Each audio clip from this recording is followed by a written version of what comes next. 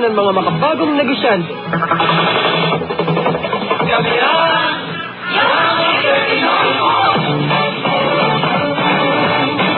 Alas 11:33. Yan ang ating oras. Maraming salamat sa mga nagte-text.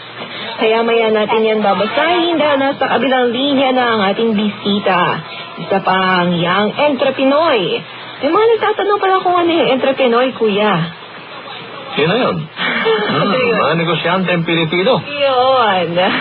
Yes. Hindi nila na-gets din agad. Oo, kasi entrepreneurship. Yan, ang pag-negosyo. Pagiging negosyante. Oo. Anyway, nasa kabilang linya si Julius Oliver Rivera. Hi, Julius. Hi po, Ate LG. Good morning. Yes, good morning, Julius. Nasa office ka ba ngayon? Yes po. Ayun. So, office na negosyo. Opo. Sige nga, paliwanag mo nga yan. Bali po kasi yung business po namin, it started 2007 po. It's a merchandising business po. Mga supplies, digital supplies like heat press, photo paper, inks, mga personal product po, yung pinapersonalize po.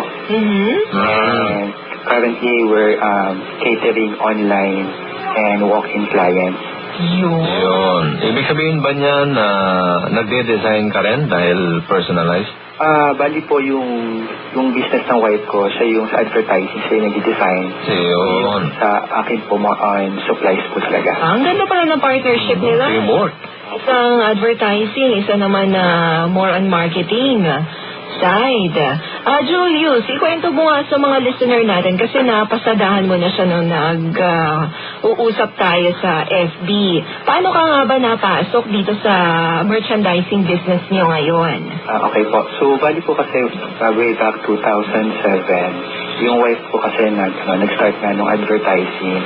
So, gumagawa siya ng mga personalized giveaways, mga calling cards. Then, na-notice ko kasi pag may kailangan sa mga supplies, hatak-hatak niya ako. So, bibili kami sa Manila para kumuha ng mga kailangan niya. Then eventually, nakita ko yung needs na dito sa area namin, walang ganong mga supplies. So, I started na mag-import ng malalaking mga goods na yun. Then, try to sell it online, pati sa kanya. Saan nga ba kayo banda? Marinas, Cavite po. Sa Cavite. Pero nabanggit mo rin sa akin na dati nagtatrabaho ka sa isang mega company. Opo. Before po, actually, nag-work din ako sa Intel po as an engineer. So, kumbaga dati parang passive income ko talaga yung merchandise. Ibig sabihin ba niyan, Julius, ay talagang nalampasan na o kaparehas na nung kinikita mo sa malaking kumpanya yung income sa inyong negosyo, kaya talagang todo na kayo dyan?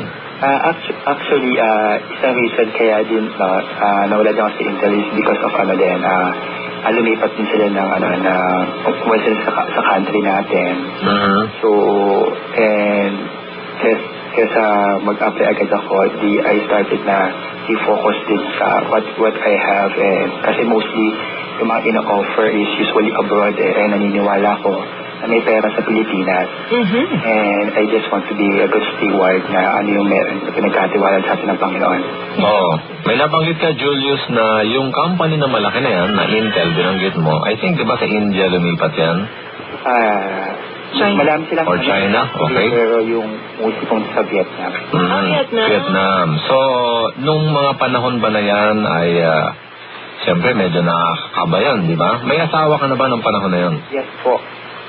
At I'm sure nag-isip ka ng todo, nanalangin ng todo, at anong unang nabigay sa'yo na ideya ng Panginoon nung nandun ka sa transition na yon?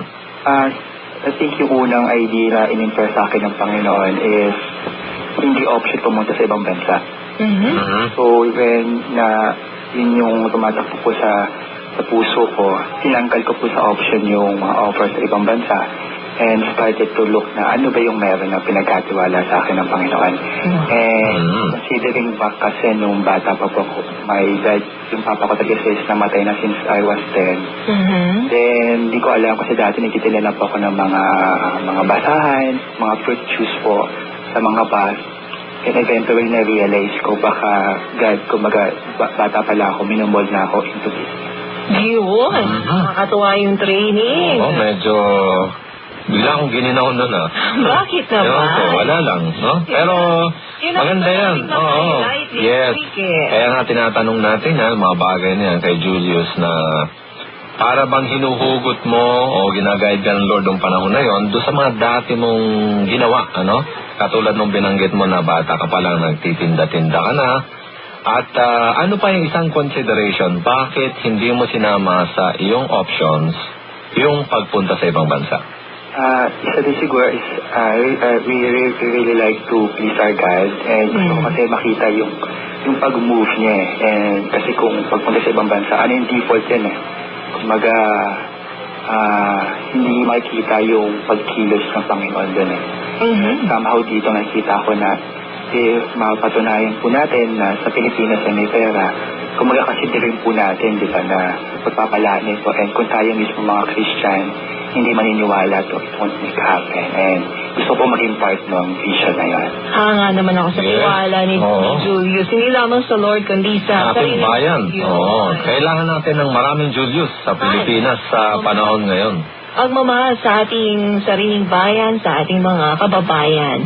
Siyempre, hindi madali na from a full-time job na 8 to 5, o meron kang specific na pasok, tapos meron kang specific na sweldo every month, may benefit, bi-monthly, to business na magsisimula ka pa lang. Ano yung mga challenges na na-encounter mo personally nung mag-start ka sa negosyo? Siguro yung mga challenges is usually yung how to penetrate the market. Kasi minsan may maganda kang produkto pero hindi mo alam paano i-introduce siya sa market. Tapos syempre din mostly kasi since merchandising kami, suppliers, mostly nung mga competitor na may laki talaga and mostly pababaan ng presyo. So mostly isang challenges namin is how to keep yung price lower at the same time competitive ka and kumikita ka pa rin. So pinag-aralan mo ba yun? Mostly talaga nag-benchmark ka talaga eh. Magahin kasi pwedeng this month ko pinakamababa, next month hindi na, o kaya may bago na and malaking loss ang opportunity sa mga ma-incur mo. Negosyante. Oo, mga salita, parang nakakaengganyo. Isa pang tanong natin, Julius, dahil nga, siyempre, nagnegosyo na kayo, at paano bang sistema niyo sa merchandising business? Meron kayong bodega ba o kwarto na pinaglalagayan ng merchandise? O kung ano man yung... o kaya sa bahay? O kung yung may order na saka palang kukunin kung saan man yung source? Yung sa amin kasi is para nag-import kami din yung merchandise. Talagang bumibili kami ng bulto. Sa ibang bansa? Sa ibang bansa. Ano to? Malaki na yan. Mga apparel? Usually mga ink, photo paper. Yung minimum na pag kumukuha ka is around 2 cubic meter, 2 cubic. Kung magkatagang isang product lang yun, madami yan talaga. Then, we started talaga isang room lang na bodega. We start talaga ako kasi niniwala ko start small, think talaga. Tama. Start lang sa ibang 1 to 2 products lang. Then eventually, saka ka na palalaguin.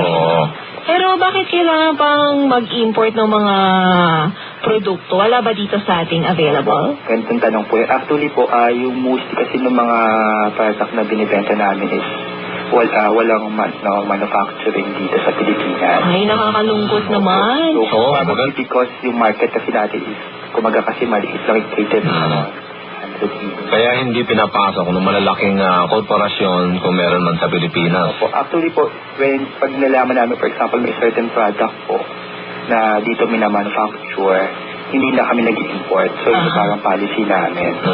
So, Filipino first policy, ika nga, no? Maganda yan.